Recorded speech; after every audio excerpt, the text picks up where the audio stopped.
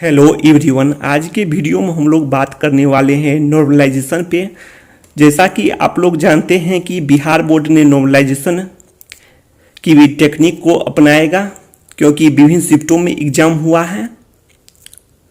तो आज के वीडियो में हम लोग नॉर्मलाइजेशन पर बात करेंगे। तो सबसे पहले ये है फॉर्मूला जो कि रेलवे एग्जाम का है।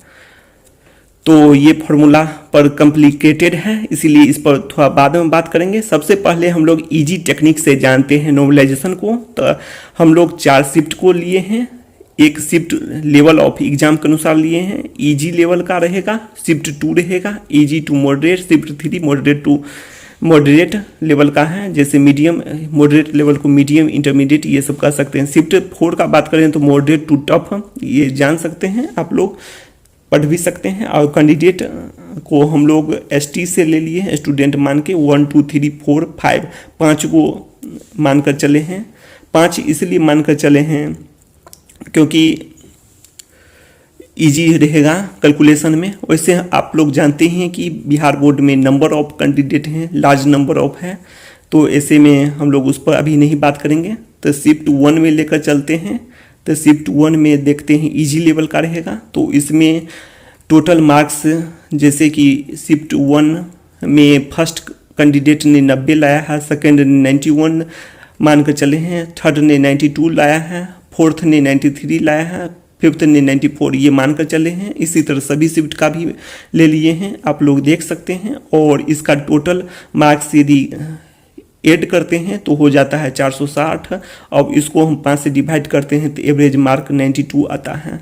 तो ऐसे ही सभी शिफ्ट का रहने वाला है, आप लोग ऐड कर लीजिएगा। ये है शिफ्ट 2 है इजी टू मॉडरेट, इसीलिए इसमें मार्क्स कम करके ले लिए हैं। और शिफ्ट मॉडरेट लेवल का है शिफ्ट 3, इसीलिए इसमें और मार्क्स कम करके ले लिए हैं। शिफ्ट 4 है, इसमें टफ लेवल का है, मॉडरेट टू टफ ये सभी लेवल का है, तो इसमें और मार्क कम कर दिए हैं। और एवरेज मार्क यदि हम लोग देखें तो 92 है, 82 है, 72 है, 62 है। ये सभी चारों शिफ्ट का एवरेज मार्क्स हैं। और टोटल मार्क्स आप लोग देख सकते हैं, बता दिए हैं। और टोटल एवरेज मार्क्स यदि चारों शिफ्टों का जोड़कर कहा जाए तो कितना होगा, तो देख लेते हैं। 308 है, चारों को जोड़ दिए हैं तो, और 4 से डिवाइड किए तो 77 है औसत चारों शिफ्टों का। अब पूरे शिफ्ट में 10% का औसत है। तो इसके लिए हम लोग सबसे पहले जानते हैं 20 कैंडिडेट को लेकर चले हैं, तो 20 का हम 10वां भाग करेंगे। टॉप 10% मतलब किसी 10वां भाग, टोटल कैंडिडेट का 10वां भाग, तो 2 कैंडिडेट हो जाएगा। उसी तरह यदि बात करें तो रेलवे एग्जाम में 0.01% लेकर चला जाता है टॉप, तो 1/1000 हो जाएगा। इसका मतलब जितना कैंडिडेट एग्जाम दिया है उसका 1000वां भाग का औसत लेगा। तो यहाँ पर उतना डाटा संभव नहीं है, इसीलिए टॉप 10% लेकर चले हैं। और तो 20 इंटू बता दिए हैं, कैलकुलेशन करने पर 2 कैंडिडेट का होगा। तो अब देखते हैं कि टॉपर कौन कौन है। तो टॉपर इजी लेवल वाले में ही है दोनों। तो इजी लेवल वाले में टॉपर बना है 93 वाले और 94 वाले, 2 कैंडिडेट टॉपर हैं। तो दोनों का ऐड करते हैं तो 93.5 आ जाता है टॉपर। और उसी तरह कुल औसत पूरे शिफ्ट का तो 77 है, ये सभी देख चुके हैं। अब नॉर्मलाइजेशन के लिए हम लोग सिंबल NM लेकर चलेंगे। और नॉर्मलाइजेशन, आखिर नॉर्मलाइज्ड मार्क क्या होता है, तो किसी शिफ्ट में किसी अभ्यर्थी जैसे मोहन है, और किसी शिफ्ट मतलब शिफ्ट 1 में मोहन लाया है जो मार्क, वही नॉर्मलाइज्ड मार्क हो जाएगा नॉर्मलाइजेशन के बाद। तो अब बात करते हैं, ये है इंग्लिश में जो देखना चाहते हैं देख सकते हैं, हम हिंदी में समझा देते हैं। P = पूरे शिफ्ट में टॉप 10%, जो कि हम लोग डिस्कस कर चुके हैं, 93.5 आया है। और माइनस कुल औसत पूरे शिफ्ट का औसत अभी देख चुके हैं, 77 आया है। अब Q का बात करें तो उस शिफ्ट में टॉप 10% का औसत, तो आगे डिस्कस करेंगे। आगे हम लोग माने हैं एक कैंडिडेट का नाम मोहन है जो कि शिफ्ट 1 में एग्जाम दिया है और 91 मार्क लाया है, तो आगे डिस्कस करेंगे इस पर। और माइनस कुल औसत उस शिफ्ट का, ये बता दिए हैं। यही फॉर्मूला पर बताएंगे हम लोग, आगे देखेंगे। अब P/Q इंटू प्राप्तांक माइनस कुल औसत उस शिफ्ट का, कुल औसत उस शिफ्ट का इंटू कुल औसत पूरे शिफ्ट का, यही फॉर्मूला है। फॉर्मूला भी आप लोग ध्यान में रखिएगा, तो आगे डिस्कस करेंगे। ये रहा। अब आ जाते हैं उदाहरण से समझेंगे। एग्जाम्पल ये है कि माना शिफ्ट 1 में किसी अभ्यर्थी जैसे मोहन का नॉर्मलाइज्ड मार्क्स कैसे निकालें। यदि मोहन का प्राप्तांक 91 है, शिफ्ट 1 इजी लेवल वाले में एग्जाम मोहन ने दे दिया है, तो इसको निकालने के लिए सबसे पहले पूरे शिफ्ट में टॉप 10% का औसत देखते हैं। तो हम लोग देख चुके हैं 93.5 आया है। कैसे, तो बता चुके हैं पहले ही। वैसे हम लोग फिर से देख लेते हैं। 20 है टोटल स्टूडेंट, उसका 10वां भाग पूरे शिफ्ट में, तो 10वां भाग कितना निकलेगा, 2 होगा। अब बात करते हैं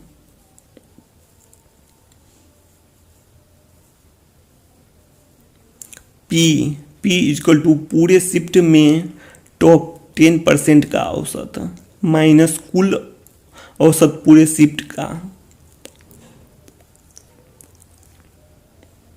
ठीक है, इक्वल टू उस शिफ्ट में टॉप 10% का औसत माइनस कुल औसत उस शिफ्ट का। NM equal to P/Q into प्राप्तांक कुल औसत उस शिफ्ट का प्लस कुल औसत पूरे शिफ्ट का। तो P देख लेते हैं। तो P तो नॉर्मल है कि 93.5 माइनस 77, तो 16.5 हो जाएगा। और Q को देखते हैं, तो Q में हो जाएगा 5 ही कैंडिडेट हैं उस शिफ्ट में। इसका 10वां भाग करते हैं तो कितना निकलता, आधा हो जाएगा। तो एक ही टॉपर लेकर चल पाएंगे ऐसे में। तो ऐसे में यह संभव नहीं था, 94 होगा एक तरह से। 94 तो 93 ही ले लिए हैं, क्योंकि हाफ कैंडिडेट नहीं है, 93.5 ही लेकर चले हैं ऐसे में। तो 93.5 माइनस 92 तो 1.5। वैसे तो 94 होना चाहिए। इसमें कैंडिडेट की संख्या कम है, इसीलिए एक्यूरेट नॉर्मलाइज्ड मार्क नहीं दिखा सकते हैं। कम से कम 10 कैंडिडेट लेकर चलना पड़ता है टॉप 10% के लिए, तब संभव था। तो ऐसे में देख लेते हैं। अब डिवाइड कर देंगे, आप लोग 10 कैंडिडेट मानकर चलिएगा। तो P/Q करते हैं तो 16.5 डिवाइडेड बाय 1.5 किए तो 11 आ जाएगा लगभग। अब बात करते हैं नॉर्मलाइज्ड मार्क का। तो 11 इंटू 91 जो है कि आप देखते हैं NM ऊपर में है फॉर्मूला, देख लीजिए। P/Q है, तो P/Q हम लोग निकाल चुके हैं 11 इंटू प्राप्तांक, कैंडिडेट का प्राप्तांक, मोहन का प्राप्तांक तो 91 है, और माइनस कुल औसत उस शिफ्ट का। तो उस शिफ्ट का औसत देख चुके हैं, यहाँ पर आप फिर से देख सकते हैं 92 है इजी शिफ्ट वाले का औसत, देख लीजिए शिफ्ट 1 का। तो 92 किया गया है प्लस 77 है। 77 है किसका, तो 77 है टोटल, वही बता दिए हैं, कुल औसत पूरे शिफ्ट का है। तो इसको यदि हम कैलकुलेट करते हैं तो माइनस 11 प्लस 77 इक्वल टू 66 आ जाता है। यदि कोई इजी शिफ्ट में एग्जाम दिया है तो लगभग लेकर चलेंगे, क्योंकि 94 की जगह 93.5 ही लेकर चले हैं, तो इसीलिए लगभग आ जाएगा 66। यदि कोई इजी शिफ्ट में एग्जाम दिया है तो 91 की जगह हो जाएगा 66। उदाहरण के तौर पर समझाए हैं। अब देख लेते हैं मोहन, सोहन, राधा, गौरी ऑब्टेन्ड मार्क। इसने शिफ्ट 1 में मोहन ने 92 लाया है, शिफ्ट 2 में 82 लाया है सोहन, शिफ्ट 3 में 72 लाया है राधा। मतलब जो एवरेज मार्क है उतना ही लाया है, कोई नाम के साथ बता दिए हैं। एवरेज मार्क 92 है, इतना ही लाया है कोई कैंडिडेट को, एवरेज मार्क 82 है, इतना ही लाया है कोई कैंडिडेट उस शिफ्ट में। एक कोई कैंडिडेट 72 है, 62 है, इतना लाया है। मतलब यही बताए हैं कि प्राप्तांक जो है इक्वल टू कुल औसत उस शिफ्ट के बराबर आ जाए। किसी कैंडिडेट का मार्क उस शिफ्ट के अपने शिफ्ट के औसत के बराबर आ जाए तो उसका नॉर्मलाइज्ड मार्क हो जाएगा टोटल शिफ्ट का एवरेज, यही रह जाएगा। कैसे तो जानते हैं, प्राप्तांक माइनस कुल, फॉर्मूला देखते हैं। नॉर्मलाइज्ड मार्क का equal to P by Q into प्राप्तांक। प्राप्तांक कितना है तो 92 है, माइनस मोहन का बात करते हैं तो शिफ्ट 1 है मोहन का तो 92 है, माइनस कुल औसत उस शिफ्ट का तो 92 ही रहेगा। तो ये 0 आ जाएगा, तो ये सारे टर्म को 0 कर देगा।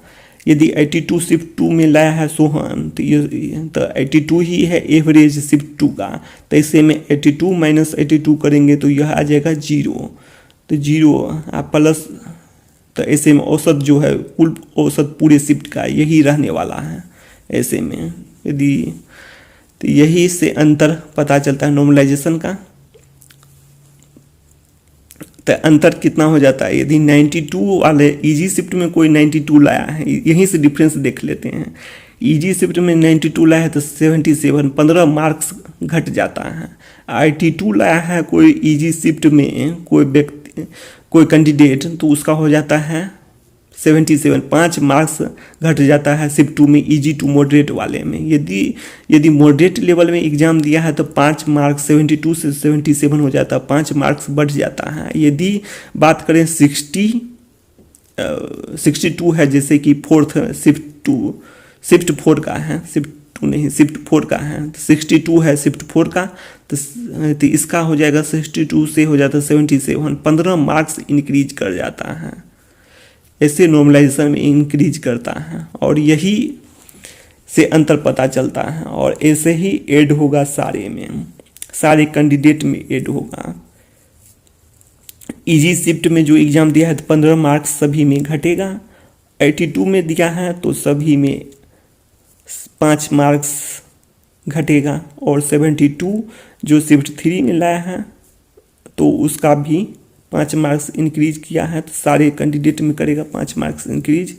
शिफ्ट 4 का बात करें तो 62 से 15 मार्क्स ऐड हुआ है, तो 15 मार्क्स सारे कैंडिडेट को देखने को मिल सकता है। थोड़ा बहुत कम हो सकता है, कुछ और है स्टैंडर्ड डेविएशन है, इस पर बाद में चर्चा करेंगे।